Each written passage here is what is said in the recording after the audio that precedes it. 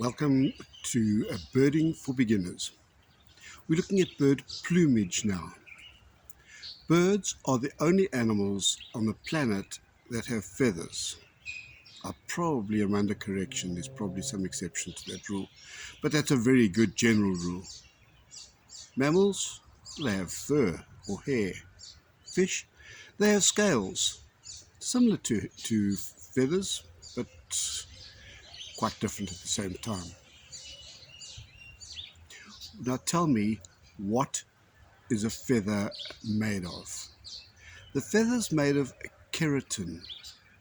It's the same stuff that makes up hair, or fingernails, or a rhino horn, or claws, or even hooves. Mainly protein, little water, and a couple of other bits and pieces. But they're constituted very differently. Feathers are very fine.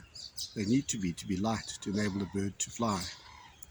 And to keep them together, the feathers have hooks and loops or barbs, very much like Velcro, but in one plane as opposed to big and flat.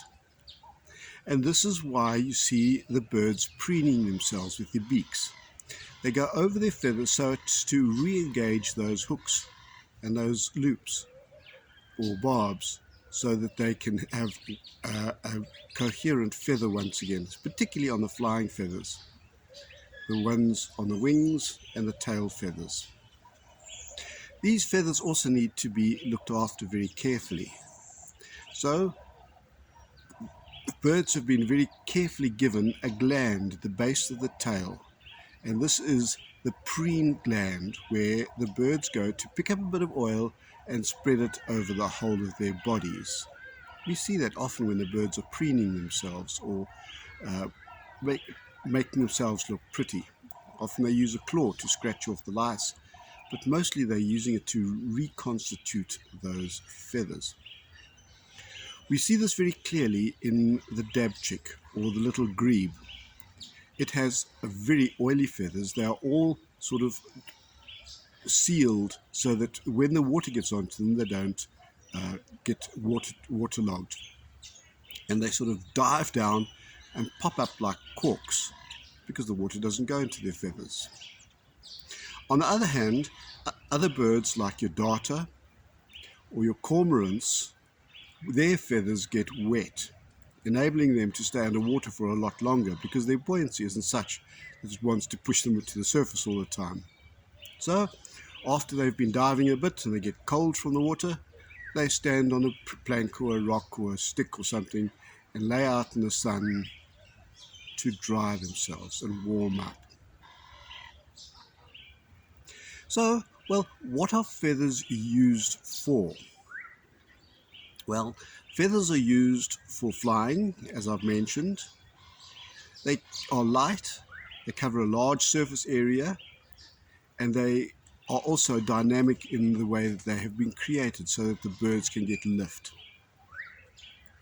Birds also use it for insulation. We often see birds cuddle up together to keep warm, but they can only do this because of the downy feathers right on their body keep them lovely and warm. Birds also use feathers as tools. You've seen, or you may have seen, a woodpecker with its tail against a tree, claws sort of hanging on for dear life, those didactyl claws we spoke about, and that head going, knocking holes into the tree. If you haven't seen the one on cardinal woodpeckers, go back a little bit and have a look at that YouTube clip. That is fascinating. The other reason for feathers is to camouflage the birds. How often have you walked along and all of a sudden this thing flutters up and flies up in front of you? It's a bird that you just didn't see because it was so camouflaged. Then, of course, you have these birds that use it for displaying. Probably the greatest and most common display of feathers is the peacock, with its wide circle of feathers trying to lure in the peahen or its mate.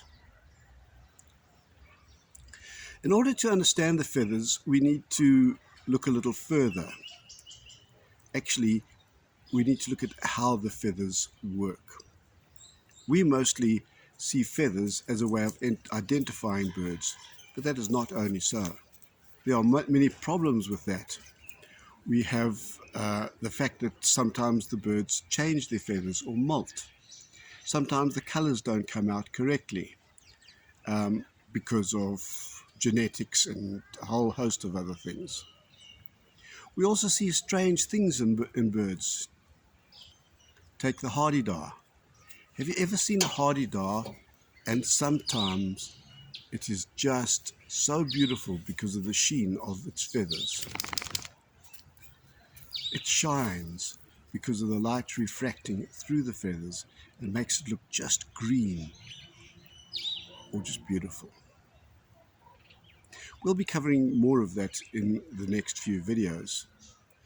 The last video that we're going to do in the part of bird plumage is going to be on photographing birds. Maybe a bit out of place, but actually what we are looking at with the camera are the feathers.